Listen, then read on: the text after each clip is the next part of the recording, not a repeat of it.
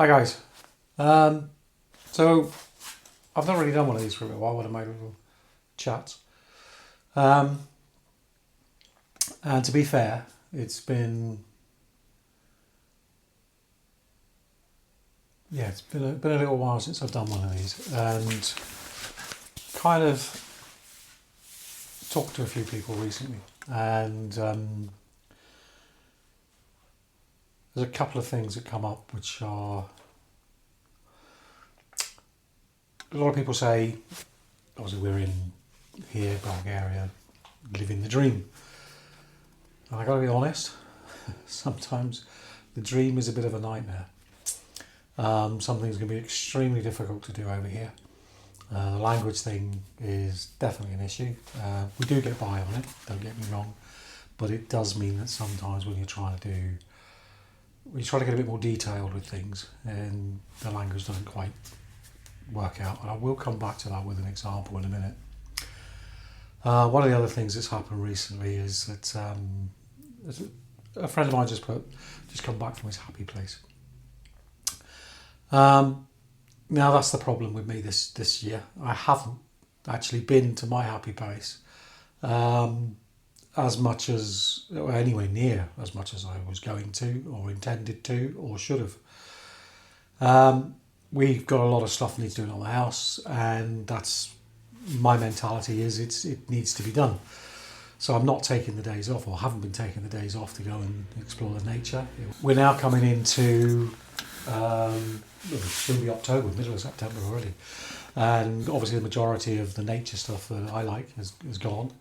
I'm waiting to see what comes obviously for the winter, but it's going to kind of just hit me that I haven't taken advantage of it at all because I've done the house, because in my mind it's got to be done. And even though, I've said before, it'll still be here tomorrow and still need doing tomorrow, the fact is it's that thing I've said before about you've left the UK, you worked in the UK all your life, I'm nearly 60, so, I've worked all my life and I'm used to working, and I think we expect to work. Certainly my age group, older than me, a few behind, we expect to work. When we're working, we're paid to work, and we expect to do that. So when you're suddenly not working and you can do what you want, you think that would be great. You think you'd just put your feet up, do whatever you want, whatever you want. It's brilliant. But it kind of technically means I'm my own boss. Now, the problem is that as my own boss, I can't help but think things need doing, and I organise myself in the same way that I would if I was working. I've got these things to do, I need to crack on with them, so I make my little lists, and I try to get on and get them done. But in the meantime, I'm forgetting to go and do the happy stuff, the good stuff, the stuff that I came here for. And it's really had an effect on me the last sort of week or so. I've struggled. Even in living my dream, it can be a struggle. Your mind goes with you wherever you've gone. Doesn't matter where you are. Doesn't matter if I'm in the UK, whether I'm in England, if I'm in Wales, if I'm here in Bulgaria. My mind is still the same thing. It still thinks in the same way. So it gives me little problems every now and then, and just makes things a little tough. With the depression, there's slight anxiety issues I have. I don't really like going places that I don't know. Not really very good at it. I don't like big crowds. If we're going shopping, I'm happy to go to Lidl or the other supermarkets, or to Practica or Mr. Bricolage for the DIY stuff of things, because I'm kind of familiar with them and we just do our little thing. And to be honest, it's never really that busy. I mean, a couple of the supermarkets can be, but that's typical the same in the UK. But I can just focus on what I'm doing, and it's not so bad. And going to the same shops as such, you kind of build this defence barrier. You know what to expect. There's nothing going to surprise you. There's going to be lots of people, there isn't going to be any people. But I just focus on what I'm looking at, what I'm trying to get. So it sort of gets you through that. People think sometimes that I'm confident and life and soul of the party, that type of thing. You put me in a room of strangers and I'll be quiet. I'll be quite quiet. I'm not that forthcoming. As I get to know people and warm up to people, so like a training sessions, things like that, I'd be quite quiet, really, unless there was somebody there, like a bounce off, a friend, someone I was, familiar with, and then I sort of play off. We would play off of each other, so to speak. So it gives me that false confidence. It definitely gives you that false confidence. So you come across as being more confident than you are because you're kind of insulating yourself to that person, not thinking about everybody else, just thinking of that person. Now I can mess around and joke and have a laugh at that person because they obviously know me. But with other people, it sort of holds back. But as I get to know people, yes, I can open up a little bit, and it's different. I can be me. I think it's important to be yourself. I think if you pretend to be somebody else, eventually you'll slip up and get caught out. So if you don't like me, it's because I'm me, and you don't like me, and that's it. There's nothing I can do about it. End of. If you like me, hey, that's nice. It's nice to be liked, isn't it? So yeah, it's been a bit of an odd time. Now, along with sort of depressions and things like that, obviously moving out here, it's just me and Nikki. So a lot of the time, and to be honest, most of our okay times here as such, like the better times that we're having, are when it's just the two of us and we're able to just potter in the garden, make little bits with the wood, or do bits and pieces ourselves. It's okay, bit of decorating, whatever it might be. We work well as a team that way. But with all the pressure of the bigger DIY stuff, the stuff that we can't necessarily do,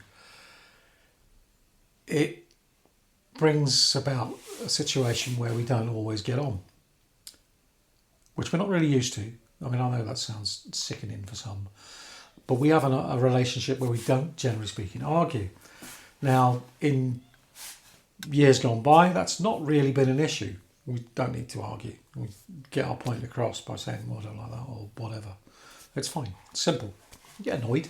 Don't get me wrong. You get annoyed. You get fed up with a person for some reason, or disagree, or whatever. It doesn't mean we agree with everything. I just mean we don't actually argue. But what's happened at the moment is we are starting to argue. And we're both noticing it. And we're both thinking, well, this isn't good. But what frustrates Nikki, I think, is the fact that I don't argue properly.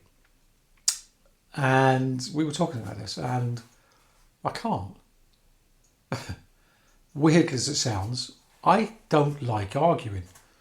I really, really, really don't like arguing. I can't do it. I would rather walk away or go quiet. Now, I said earlier, there's kind of a situation that's sort of highlighted that a little bit.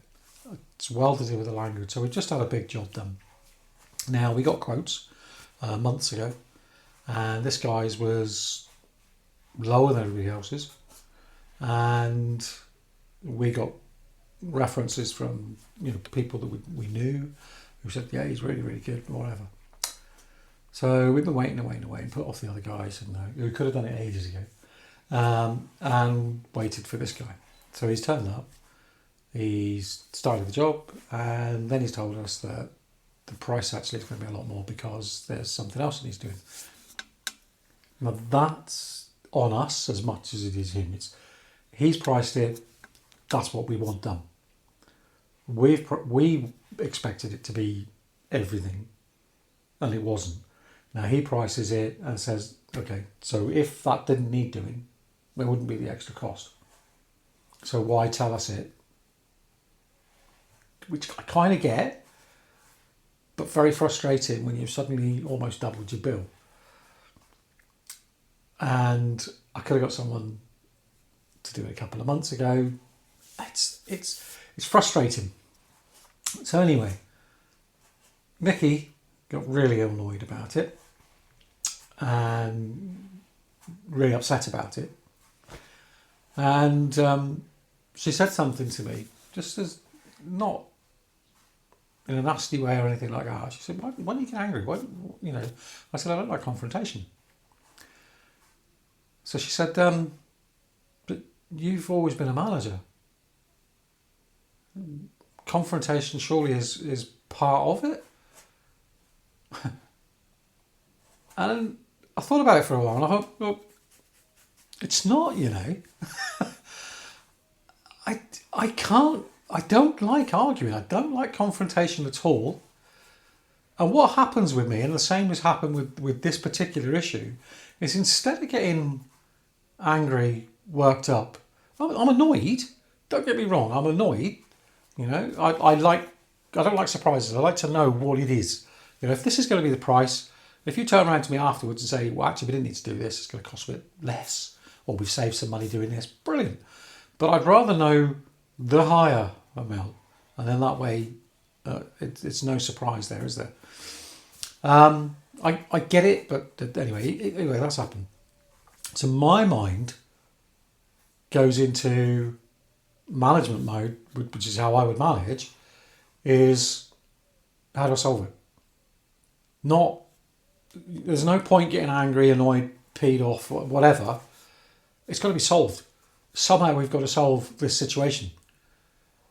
So immediately in my manager's head, I'm going, right, okay, so let's think about this. Okay, price-wise, annoying, he's just gone up to the price that we had quoted before. So, yeah, we could have just had the work done earlier, that's all. But it's up to that price. He's here, he's doing it, that's fine. So we're going to have to accept it because we want it done. And we want it done properly. There's no point half-assing a job, is there? You know. So for me, it's a case of, okay, negotiate, get this done, and carry on with the job. Nikki's much more annoyed than that. And as I said, she couldn't get her way around that. And I started to think, well, is it just because I'm a manager? Is it because I've been a retail manager for years? And obviously, in theory, I've had lots of opportunities for confrontation. You know, unhappy customers, unhappy staff, that kind of thing. But I don't deal with it that way. I've never dealt with it that way. I don't get that way. I don't get shouty or whatever. I try to just deal with the situation. And I realised that actually goes right back to being a child again.